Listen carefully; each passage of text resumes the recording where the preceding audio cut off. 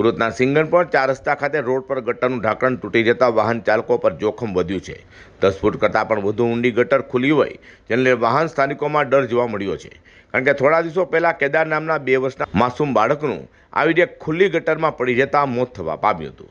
સુરતમાં ફરી રોડ પર ગટરનું ઢાંકણ ખુલ્લું દેખાતા સ્થાનિકોમાં રોષ જોવા મળ્યો છે। ઘટના સ્થળે પાલિકા કર્મચારીઓ માત્ર ઢાંકણની જગ્યાએ લાકડાનો ટુકડો ઢાંક્યો છે અને મેઇન રોડ હોવાથી મોટો અકસ્માતનો ભય પણ સ્થાનિકોને સતાવી રહ્યો છે।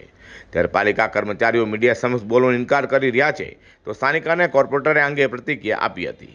આ કતારગામ સિંગણપુર 4 રસ્તા છે, મેઇન રોડ છે, વેડ રોડ।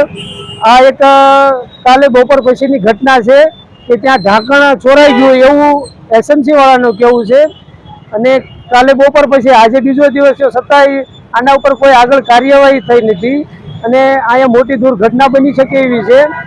જેથી કરીને આપણે આગળ જોયું કે કેદાર નામનો બાળક ખુલ્લી ગટરની અંદર પડી ગયેલો, એવી દુર્ઘટના ફરી આ કતારગામ વિસ્તારમાં બની શકે એમ છે સિંગણપુર 4 રસ્તાની। તંત્રને જાણ કરવામાં છતાંય કાલ બપોર પછી હજી કોઈ એના ઉપર એક્શન પગલાં લીધા નથી, કામગીરી થઈ નથી અને હજી તંત્ર ઉચ્ચ અધિકારીનું એવું કહેવું છે કે હજી આમાં સાંજ સુધીમાં કાર્યવાહી થશે અને ઢાંકણ લાગશે એવું।